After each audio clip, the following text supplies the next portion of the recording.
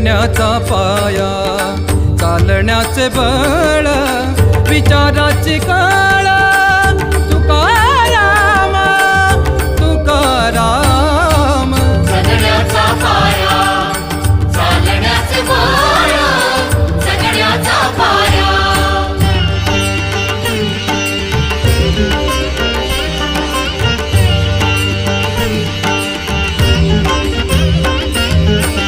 शब्दांचे इमान, अक्षरांचे रान, शब्दांचे इमान, अक्षरांचे रान, अभंगाचे पान.